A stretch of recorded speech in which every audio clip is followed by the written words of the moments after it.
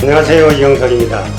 자, 오늘은 무인 편의점에 대해서 좀 말씀을 드리려고 하는데요.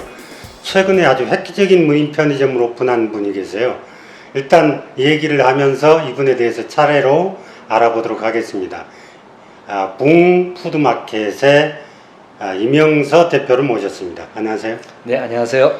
이번에 무인 편의점을 오픈하셨는데 어떤 모델입니까? 요즘 이제 비대면 시대다 보니까요, 간편하게 음식을 사다가 드실 수 있는 밀키트 식사를 조립해서 먹을 수 있는 식품 편의점입니다. 그래서 우리가 일반적인 편의점에 가면 뭐 담배도 팔고 술도 팔고 공산품도 팔고 식품도 팔잖아요. 거기서 저희가 특별히 식품만 빼내서 이 시대에 맞게끔 식품만 취급하는 그런 식품이라고 하면은 거기서 특별히 어떤 식품을 얘기하는 거예요? 지금 이제 그 시장을 조사해 보니까 제일 많이 팔리는 게 이제 부대찌개, 그다음 찜닭, 그리고 순대 야채 볶음, 육개장, 뭐 삼계탕, 갈비탕 그러니까 이런 소위 것들. 이제 밀키트 쪽으로 주로 한다 이 말이죠. 네, 그렇습니다. 품목은 어느 정도 됩니까? 이제 순차적으로 늘려서 앞으로는 이제 그 완전히 무인 식품 편의점이 되면 상온 제품 한 100가지,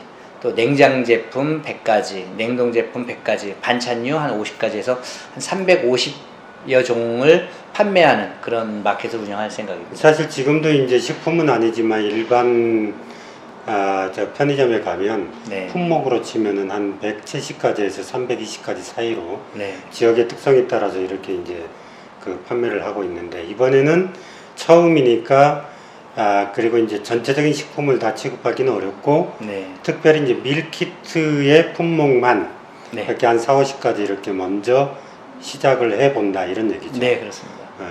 근데 그 안에 어떤 시스템이고 어떤 기술이 그게 적용이 됐나요?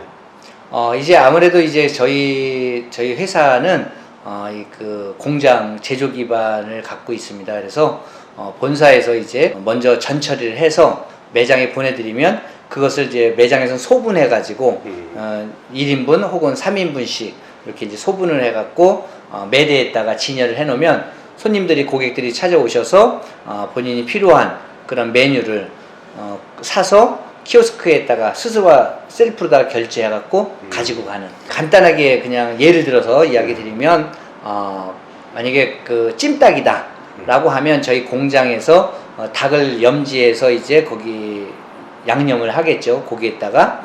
그리고 이제 거기에 맞는 이제 갖가지 소스나 육수나 또 당면이나 이런 것들을 이제 매장에다 보내드리면 매장에서는 그걸 살짝 볶아요.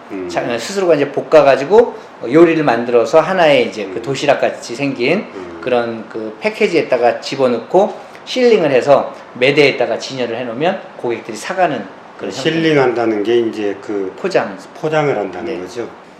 그럼 이렇게 시스템을 구축하는 데 있어서 창업비는 어느 정도 들까요? 기본적으로 한 2,700만 원 정도 이렇게 예상하시면 될 것 같습니다. 보통 이제 기존에 창업을 하려고 하면 뭐 1억 5천 정도 편의점 네. 이렇게 투자해야 되는데 뭐 2,700, 3천 이내로 하게 되면 상당히 부담이 적을 것 같긴 한데. 네. 근데 뭐 그 편의점은 보통 유동인구가 많은 곳에 해야 되는 게 일반적인 상권 분석의 결과인데, 네. 이건 어떻게, 상권은 어떻게 잡고 있어요? 최근에 이제 1인 가족들이 많이 늘어나고 있기 때문에 1인들이 좀 많이 거주하시는 곳, 또 그다음에 신세대들이 이제 음식 만드는데 익숙하지 않잖아요. 그래서 신세대 이제 부부, 또 아니면 이제 아주 연로하셔가지고 음식 해먹기가 귀찮다고 하시는 그런 그 실버 분들이 많이 사시는 곳, 이런 곳이 아무래도 좋을 것 같습니다. 그런데 사실 이번에 이제 그 편의점 리포트가 한 저 연구 기관에서 나왔는데, 네. 그 자료를 잠깐 보니까 상권 분석을 해봐도 그렇지만 대체적으로 이제 연령대에 상관없이 고루 이렇게 이용하는 게 편의점이에요. 네. 근데 그 가운데 특별히 요즘 이제 식품류가 많이 판매가 된다고 그래요. 근데 식품류도 지금 말씀하신 대로 보통 이제 1인 가구가 늘어나다 보니까 젊은 세대, 특히 여성들이 많이 이용한다 이런 통계들이 나와 있던데 네. 이런 것에 맞춰가지고 하면 좋을 것 같다는 생각은 듭니다. 네, 그 아파트로 보면은 이제 그 중대형보다는 아무래도 소형에서 중형 정도 아파트가 가장 좋은 것 같고요. 뭐 최근에는 이제 서울 외곽에 이런 그 판교라든가 이런 그 테크노밸리 같은 그 곳이 있어서 이제 그 비즈니스맨들이 많이 거주하는 곳 이런 곳이 아무래도 판매량이 높은 것 같습니다. 그러니까 지금까지 얘기를 들어보면 남아정고라든지 뭐 중국의 빙고박스라든지 아직 기술이 이런 수준까지는 하기는 좀 부담스러운 시점이라고 보면 되겠죠. 네, 그렇습니다. 그래서 가맹점주의 입장에서 보면 그 창업을 한 데서 자기가 얼마나 그 무임화돼 있으니까 자기가 일을 안 해도 되는지 이 문제에 대해서 좀 궁금해할 텐데 네. 보통 식품이라는 게 특히 밀키트 같은 경우는 신선도가 굉장히 중요하잖아요. 네.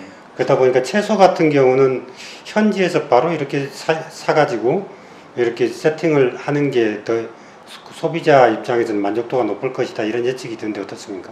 네, 그 이제 100% 무인화를 못 시키는 것이 100% 무인화라면은 이제 그 음식을 완제품을 만들어서 가져다가 이제 편의점에서 진열해 놓고 팔아야 되는데 그러면 이제 고객 입장에서는 뭐 야채가 숨이 죽어 있다든가 이렇게 신선도가 약간 떨어져 보입니다. 따라서 이제 그 저희 밀키트 이런 편의점 같은 경우에는 기본 음식은 다 이제 저희가 해서 보내드리지만 만약에 예를 들어서 찜닭이라고 하면 거기 들어가는 양배추라든가 깻잎 같은 거는 직접 그 가맹점주가 구매를 해서 그걸 가서 이제 타핑하면 훨씬 더 신선도가 많기 때문에 이렇게 그 밀키트 해서 매장에서 조금은 이렇게 좀 그 가미하는 것이 훨씬 신선도가 높다고 볼 수 있을 것 같습니다. 아무래도 이제 제가 그 소개를 안 드렸는데 이명서 대표는 여러분들이 잘 아시는 죽 이야기의 그 창업자이기도 합니다. 네. 죽 이야기는 대부분 아마 아실 텐데 그래서 소스를 개발하는데 다른 기업보다는 훨씬 더 네. 그 잘한다는 소문이 있어요. 네. 저희가 주기하기가 2003년도에 시작했는데요. 저희가 주기하기 시작할 때부터 저희는 그 생산 시설을 갖추고 출발을 했습니다. 그러다 보니까 이제 소스를 자체 개발하고 또 계속 새로운 그 트렌드에 맞게끔 식품을 연구할 수 있도록 그렇게 준비를 해와서 식품을 연구하고 개발하는 데는 좀 많이 앞서 있다고 볼 수 있고요. 네. 그래서 저도 이제 사실은 이제 프랜차이즈 업계를 보면 프랜차이즈 업체가 실제로 유통업체에 가까워요, 그죠? 네. 그 제조를 가지고 있는 그 가맹본부가 별로 없는데 그걸 제조까지 이렇게 직접 하시니까 그것에 대한 강점이 있을 것 같아요. 특히 이제 레토르트 식품이라든지 내지는 지금 이제 취급하려고 하는 밀키트 이런 세트를 만드는 데는 제조 시설이 굉장히 필요할 거 아니겠어요? 네. 근데 최근에 뭐 공장도 증설하셨다고 네. 들었습니다. 그 이제 요즘 그 대세가 이제 무인 점포니까요. 요즘 그 한국에도 이렇게 보면은 식품을 무인화로 하는 그런 그 브랜드들이 굉장히 많이 나타나고 있습니다. 근데 대부분의 업체들이 다른 공장에서 소스류나 이런 제품들을 가져다가 자기 걸로 만들어서 가맹점에 이제 공급을 하거든요. 그러다 보니까 대부분의 시중에 나와 있는 음식들의 맛이 대동소이하고 비슷비슷하고 그렇죠. 또 가맹점 입장에서는 한번 그 본사에 거쳤기 때문에 원가가 올라갈 수밖에 없거든요. 그렇죠. 근데 저희 같은 경우에는 직접 공장을 갖고 있기 때문에 저희가 직접 만들어서 가맹점에 납품할 수 있어서 차별화된 제품을 개발하고 납품시킬 수 있다는 장점이 있고요. 두 번째는 지속적으로 이제 그 원가를 줄일 수 있는 그런 강점을 갖고 있다고 봅니다. 죽 전문점으로 해서 그동안에 이제 즉석식품을 많이 해본 경험이 있으니까 네. 그걸 가지고 무인 편의점으로 이렇게 전환하는데 훨씬 다른 사람보다 강점이 있다. 네. 이렇게 받아들이면 되겠네요. 네. 앞으로 그러면은 이제 가맹점 활성화를 위해서 어떤 전략을 갖고 계신가요? 저희 같은 경우에는 이제 그 가장 큰 것은 얼마만큼 가맹점주가 편리하게 그 매장을 운영할 수 있느냐거든요. 그래서 사실 그게 핵심이죠. 네.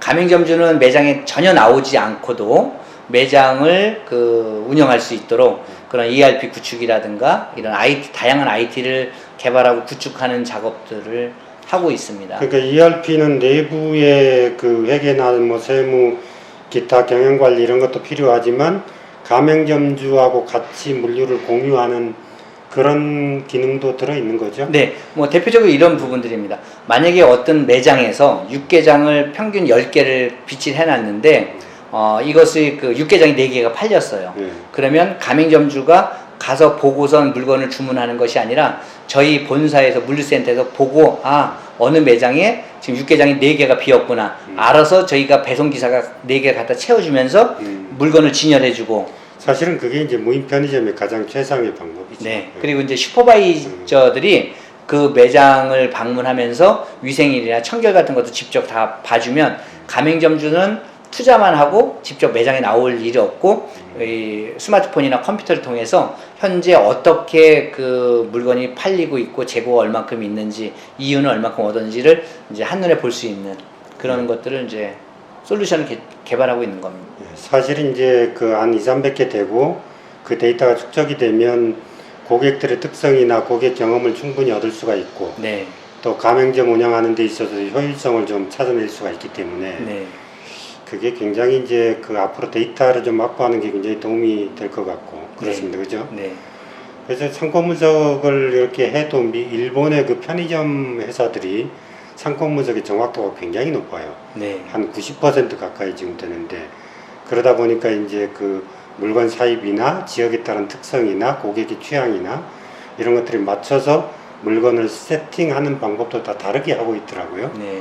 앞으로 그러면 이거를 이제 고도화하는 데 있어서는 어떤 방법을 쓸 겁니까? 현재 그러니까 론칭한 일산이 론칭했다고 그랬죠? 네네. 일산 식사동에. 식사동에.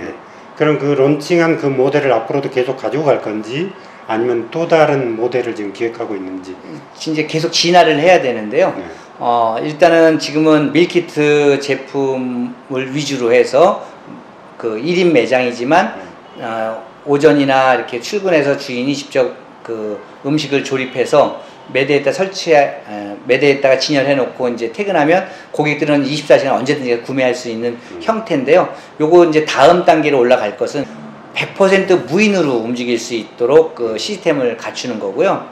그 후에는 우리나라의 음식점이 약 한 75만 개 정도 된다고 하는데 사실 요즘 밥 한 끼 먹으려면 10,000원, 12,000원 이렇게 하잖아요. 그래서 앞으로는 이제 그 저희 매장에서 고객이 직접 물건을 사서 거기서 간단한 그 전자레인지라든가 조리도 해 먹을 수 있게 에어프라이기를 통해서 해서 드시고 갈 수 있는 그렇게 3가지 단계로 계속 발전을 시켜 나갈 생각을 하고 있습니다. 지금 이제 처음에 제가 무인 편의점이다 이렇게 소개를 드렸는데 또 중간에 이제 1인 편의점 이렇게 네. 말씀도 하셨는데 그거 좀 이해를 돕기 위해서 정리를 하자면 소비자 입장에서는 무인으로 이렇게 다 구매를 할 수 있는 시스템으로 갖춰져 있는데 신선도를 높이기 위해서 이제 그 소포장하는 단계를 가맹점주가 오전에 어느 정도 일을 좀 해야 된다라는 이런 의미가 되겠죠. 그렇습니다. 네. 자, 오늘 이렇게 편의점에 대해서 얘기를 들어보셨는데 앞으로는 이제 무인 편의점이 거의 대세가 될 것 같습니다만 그 주최측 소위 이제 가맹본부가 얼마나 노하우를 가지고 있고 또 공장이 있느냐 사실 그게 굉장히 중요한 것 같아요. 네. 이런 측면에서 본다면 앞으로 이제 좀 더 유망한 브랜드가 되지 않을까라는 기대도 해봅니다. 네. 지금 벌써 한국의 이 식품 편의점이라고 하는 24시 편의점이 나와 있는 브랜드가 약 한 35개에서 벌써 넘어서서 50개 가까이 되고 있거든요. 근데 대부분의 그 업체들이 제조를 갖고 있지 못한 데가 대부분이고요. 그렇죠. 갖고 있다고 해도 아주 굉장히 좁습니다. 그래서 이렇게 생산 시설이 좁아가지고 20평, 30평밖에 안 되거든요. 근데 결국 앞으로는 고객들이 얼마만큼 내가 먹는 음식이 안전한가를 많이 따질 거거든요. 그렇죠. 예, 그래서 저희 같은 경우에는 이제 좀 돈이 좀 들어가도 해썹 시설도 다 구비를 하고 좀 시설을 좀 더 첨단화 시켜가는 작업을 하고 있습니다. 앞으로 아무튼 그 고도화되는 과정을 좀 지켜보겠습니다. 감사합니다. 그리고 가맹점주들한테 특별히 좀 서비스도 다른 곳에 비해서는 좀 더 잘해줬으면 좋겠다는 생각도 들고요. 어쨌든 오늘 좋은 자리 마련해 주셔서 고맙습니다. 감사합니다, 원장님. 잘 됐으면 좋겠습니다. 고맙습니다. 화이팅 하겠습니다. 네.